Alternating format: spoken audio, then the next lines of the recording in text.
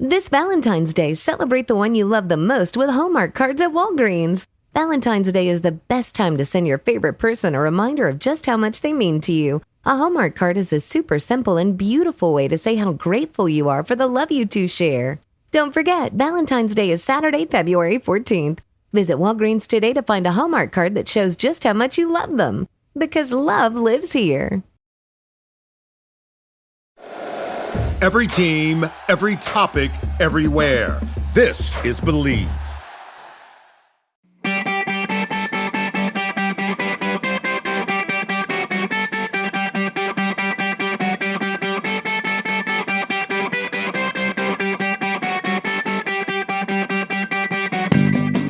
What up? Thanks for coming over to Short Shifts. Hockey Think Tank, Topher, Christopher, Ryan, Scott, and myself, Jeffrey, underwear model Lavecchio. Toph has no idea what I'm about to say, almost ever.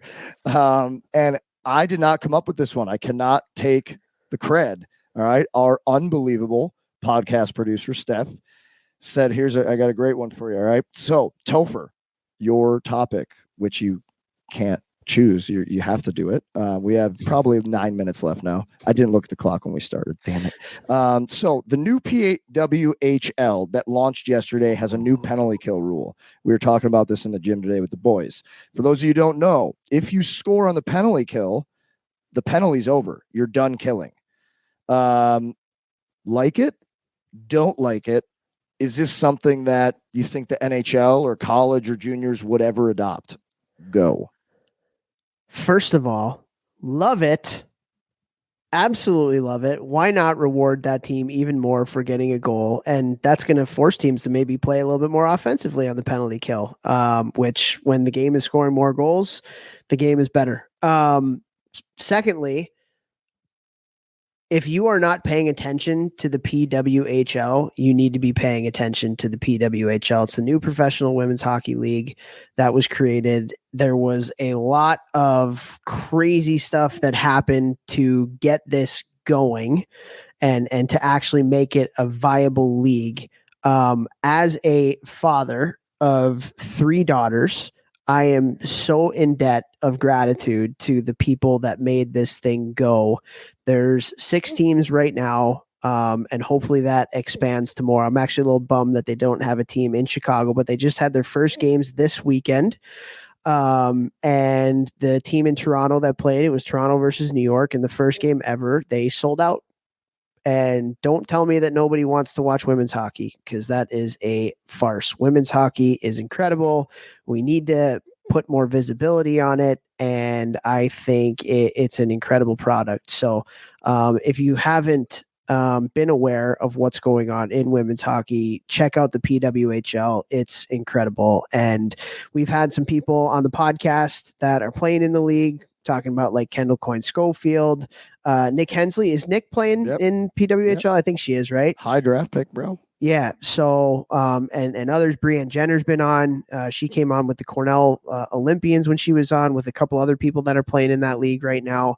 And so it's just awesome, man. But going back to this rule, absolutely. I love that rule. And I love the fact that they're just trying something new too. Yeah. Like we don't have to continue, like we can make the game better. You know, we can try little things that, and maybe the PWHL is a great league to maybe try some of these things and see how it works for potentially the NHL later on. But yeah, I love it. What are your thoughts? I mean, you were a penalty killer. You probably love this rule. Penalty killer that scored a lot of penalty kill goals too. I was second in the nation. I didn't mention that. Yeah, second in the nation, sophomore year, behind my teammate who had one more than me, who played in the NHL for an unreal amount of time, Mark Letestu. Great man. What's up, Tubes? We were 1 and 2 in the nation. Anyways, yeah, dude, I love it because I always was thinking offense on the penalty kill, always, because like teams are they're not ready for it. So if you got somebody who likes to jump, you know, or if you can get out and block the shot, run the D-man over, get a breakaway, is there anything better? No. Hello, Lil Nepetiz. So I personally absolutely I really like it. I didn't get to see the game. However, I know the woman who scored the first ever PWHL goal. She trained in my gym just a couple times this summer because No way. she's dating one of my pro guys, Josh Dunn. They're both unbelievable people, but she scored the first goal in history, so that was pretty cool to see. She's super nice person, and holy shit, is she an animal? Oh my god, dude! She worked out with my NHL and European pro guys, and she was dusting some of them. Like, she's awesome. She is an absolute savage. It was really fun to watch her. One day she did, or a couple days she did my stuff, and then a couple days she did her Team Canada stuff. She's on the Olympic team, and so I was watching what her doing, asking questions. That was really cool. Congrats to her. But I love the rule, bro. I love it. I think it's good, and it's really cool too. Like I'm actually in Florida right now on vacation with my family. I was wondering where you are. I was like, what is that behind you? I am in Florida. Okay. And if people don't know, Flo Rida, the rapper, it's Florida. You spell Florida, but it's Didn't Flo know Rida. that for so many years. Yeah. I feel bad about that one, but I'll admit it.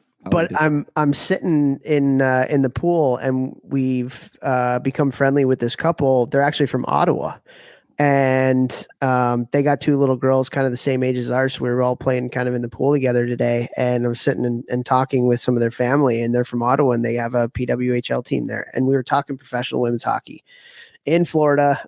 It's cool, man. This is going to take on, and like I said, so many people have put in so much work to make this thing happen. I think it's unbelievable that Brian Burke is one of the people that's leading the charge on this thing, who's one of the most powerful and influential people in hockey. And it's so cool that he's kind of taken this torch to help people on. Jana Hefford too.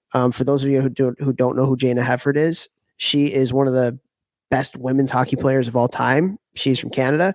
We had her on the podcast in our first year of doing this, and she was phenomenal on the podcast. They've got Billie Jean King involved. Like, dude, this is unbelievable. Like, if you don't know the PWHL, you got to go check it out. It's unreal. Is that couple still there in Florida who live in Ottawa? Because one of my clients is on that team, Jinsey Dunn.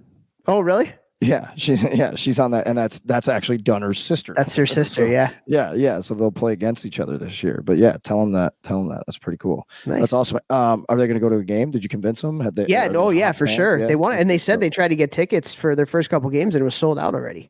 Pretty dope. The more people playing hockey, the better in this world. Let's go. Absolutely. Going back to the penalty kill, though. It's interesting because, like, there's so many different tactics on the penalty kill. Like, I feel like, and let's go back to kind of our grassroots here of this podcast. Like, if you're in youth hockey, be aggressive on the penalty kill. Like, don't sit back. When you're aggressive on the penalty kill, you're teaching your players to anticipate what's going on. And whenever I teach penalty kill, it's always the ABCs. It's anticipate, it's blocks, and it's clears. Anticipates, blocks, and clears. Like, if you could do those three things really, really well, and by blocks, I mean blocking shots, but also blocking passing lanes by having your stick on the ice. Ooh. Have them be aggressive, anticipate where the puck is going. It teaches hockey sense. Don't just have them be sitting back passively, just kind of that's not what youth hockey, let's teach them some stuff. Have them anticipate. And when you do that, you're going to create more turnovers, eventually more offense. You're going to have the puck more. Like, I love it. I think this is a phenomenal rule. So what happens if it's 5-on-3? I didn't look into that. If it's 5-on-3, I mean, that doesn't happen a lot where somebody scores a 3-on-5 goal. I did. I don't know if it goes to 5-on-4 or if it goes to 5-on-5. I'm not sure. Good question. Look at you, Mr. Challenge the Process. Think outside the box. Think outside that box. I have no idea how much time we have left because I didn't look. We have 2 minutes. We have about a minute and a half left, almost 2 minutes. Minute and a half left. Well, I do like that you said that. Minute 30. Thanks, Steph. I do like that you said maybe they use the PW to try out some new things. That would be interesting. And since we get a little extra time here, what other things could they try?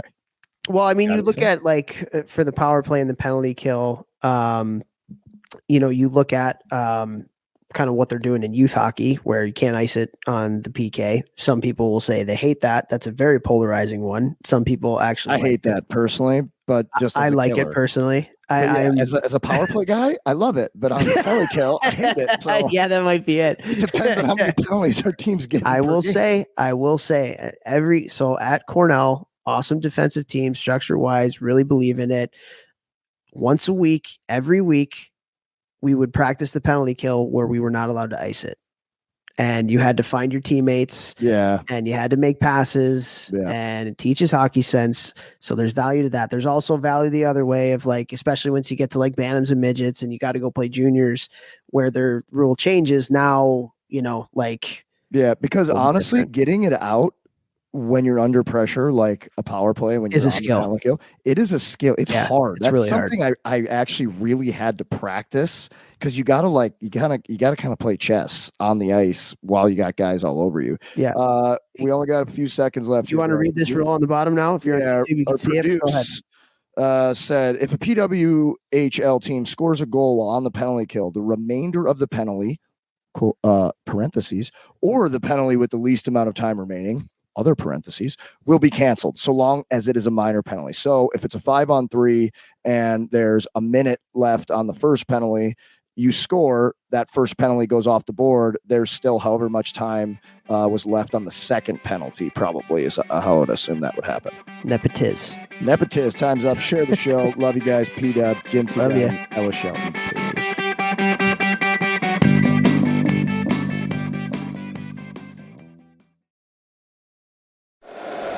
If you like the show, please take a moment to rate, review, and subscribe. It really does help the show to grow.